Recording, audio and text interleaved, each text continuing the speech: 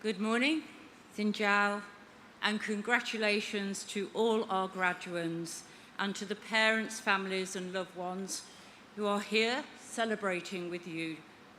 Today is a milestone you will carry with you for the rest of your life.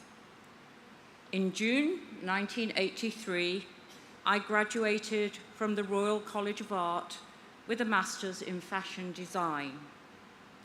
To many of you, that probably sounds like ancient history. It was before many of you were even born. But I remember that day as if it were yesterday.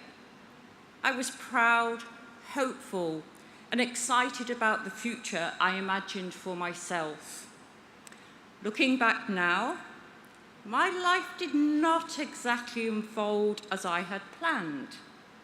There were setbacks, detours, and challenges I never anticipated.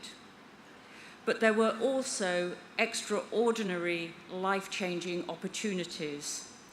One of the greatest being my chance to work here at RMIT Vietnam. Over more than 8 years here, I have watched this community grow, not just in the number of staff and students or in the diversity of our programs, but in our impact on our local community and on the global stage, where our students win prestigious awards and our staff contribute to research that genuinely makes a difference. I believe deeply that RMIT's success comes from its values: inclusion, imagination, integrity, courage, passion, and impact. You have seen these words on walls, in documents, and on screens. But words alone mean nothing unless we embody them in our actions and how we treat each other. Today, I want to focus on two values that have guided my journey: courage and passion. And I want to end with a third value that is not on our list, but lives at the heart of how I hope we choose to live. That word is kindness. So courage. It can sound like a big, dramatic word, but courage isn't only found in grand gestures. For me, courage is often quiet. It is the resilience to get up again when you feel that you have failed. It is taking one step into the unknown when staying where you are feels easier. It is choosing to speak up when you see something that is not right. In my own life, courage has meant walking away from jobs and relationships that no longer aligned with my values or supported my well-being. Those decisions were not easy. Often, it felt more comfortable to stay in the familiar, even when it made me unhappy.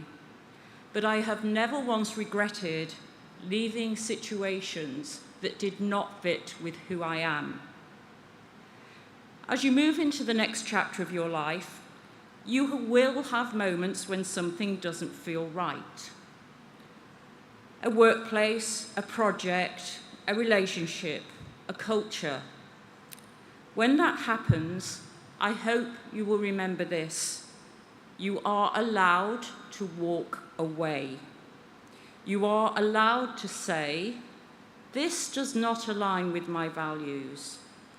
And when you witness something that is unfair or unjust, I hope you find the courage to speak up, even if your voice shakes. The second value is passion. When we are passionate about what we do it better. We bring our whole selves to our work. We have the energy to persist, to improve, and to make a meaningful contribution. I was fortunate to discover a passion for creativity early in my life, and even more fortunate to spend my career sharing that passion with others. Teaching is a privilege, It is one of the few professions where you can literally see the difference you make in real time.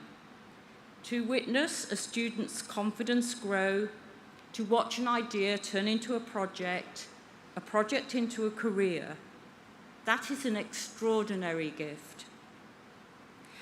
I was the first person in my family to attend university, and higher education changed my life.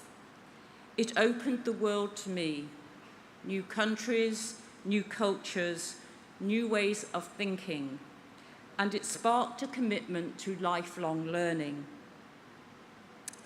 When I began teaching, there were no mobile phones, no personal computers, no Adobe Suite, and definitely no AI. The world you are graduating into would have been unimaginable then. My passion for learning is what helped me to adapt to these changes and to stay relevant so I could support my students as they navigated an increasingly complex world. If you are not passionate about what you do, you will struggle to excel and always feel a little dissatisfied. So my advice is simple, but not easy.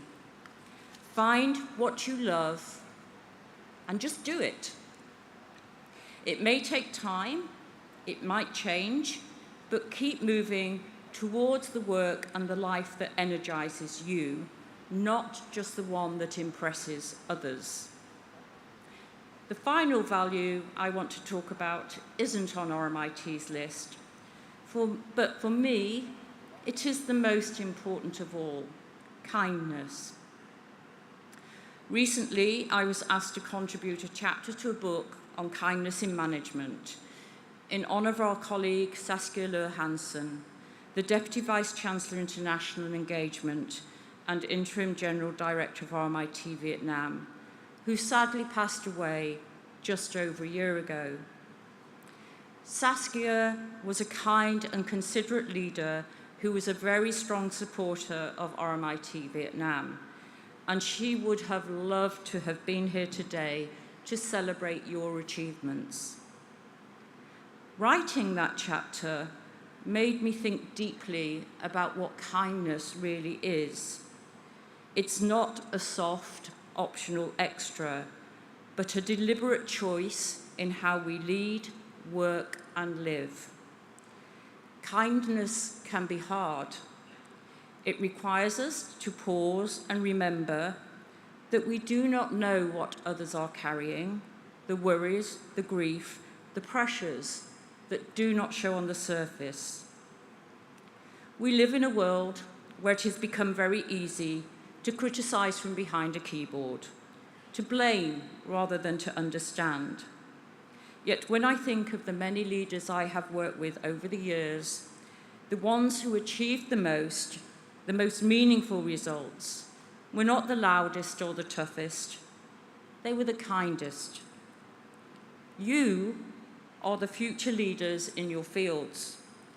You will have power to hire, to influence, to shape cultures and decisions.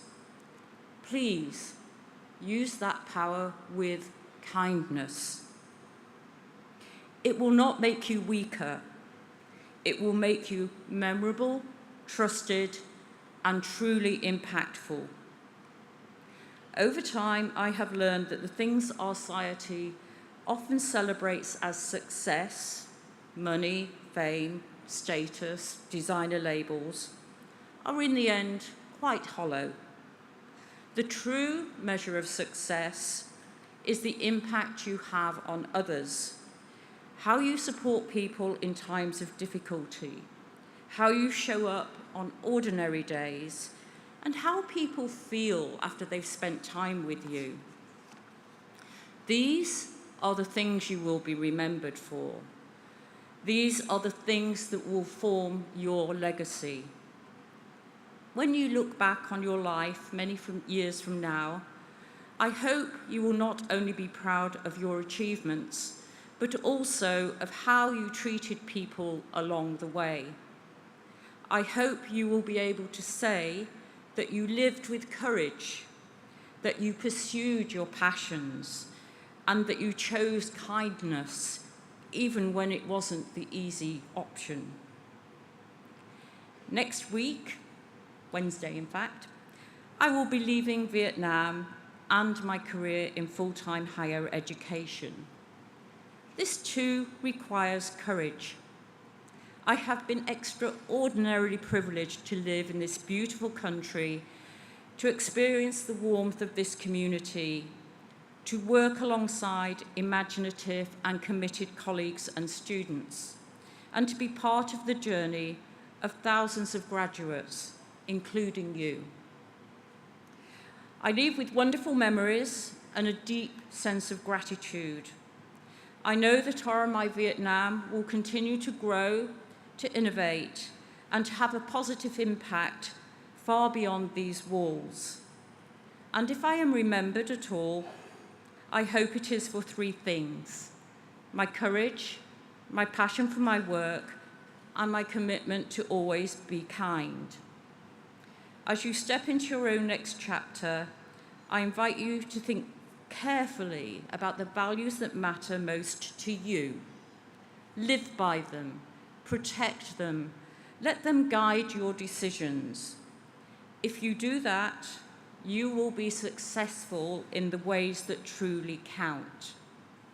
And finally, whenever you are stepping into the unknown, never, ever, ever underestimate the power of shiny shoes. Thank you.